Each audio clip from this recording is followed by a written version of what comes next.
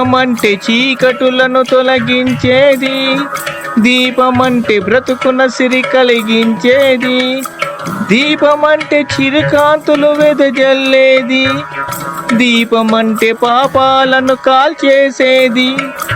సూర్యుడొక్క దీపం, ఆ చంద్రుడొక్క దీపం, మన తనువును ఆడించే ప్రాణమొక్క దీపం.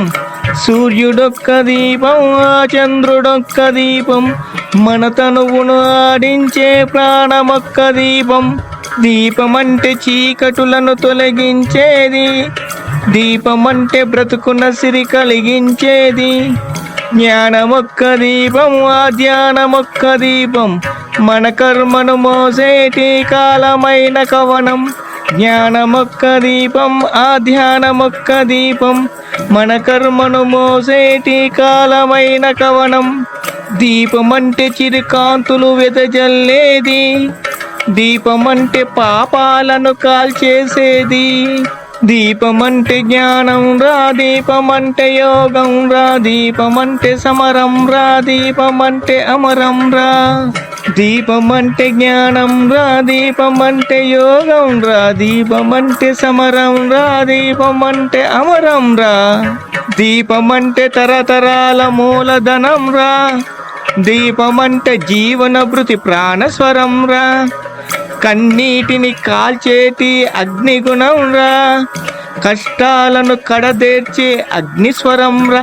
దీపం దీపం దీపం దీపం దీపం దీపం దీపం దీపం. నమః శివాయ, నమః శివాయ, నమః శివాయ.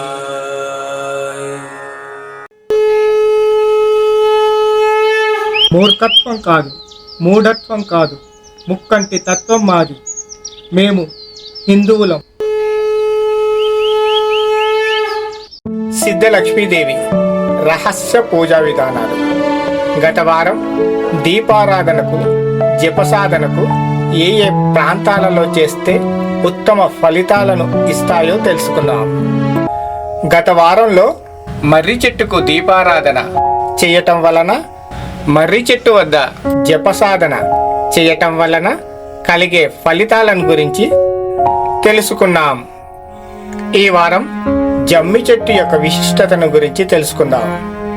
జమ్మి చెట్టు దగ్గర దీపారాధన చేయటం వలన కలిగే ఫలితాలను గురించి, జమ్మి చెట్టు వద్ద జపసాధన చేయటం వలన కలిగే సిద్ధులను గురించి తెలుసుకుందాం. జమ్మి చెట్టు వద్ద దీపారాధన చేసి ప్రదక్షిణ నమస్కారాలు చేయటం వలన అనేక శుభ ఫలితాలు కలుగుతాయి. జమ్మి చెట్టు వద్ద దీపారాధన ఎలా చేయాలి, జపసాధన చేయటం వల్ల కలిగే ఫలితాలేమిటో తెలుసుకుందాం.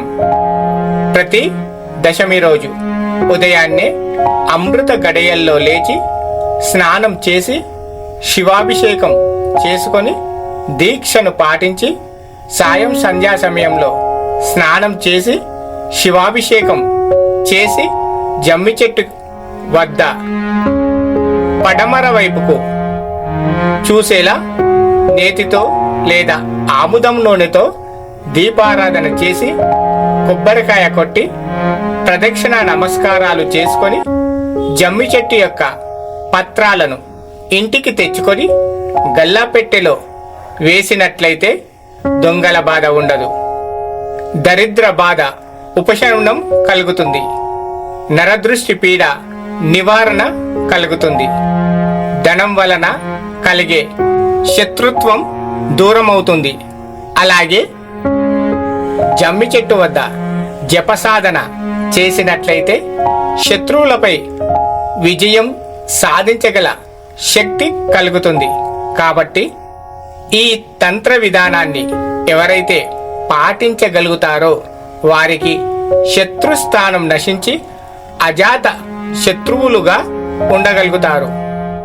వచ్చే వారం మరిన్ని విషయాలను తెలుసుకుందాం. ఏకదీపం మహాతేజం జ్ఞాన విజ్ఞానసాగరం. ఓం శాంతి శాంతి శాంతి.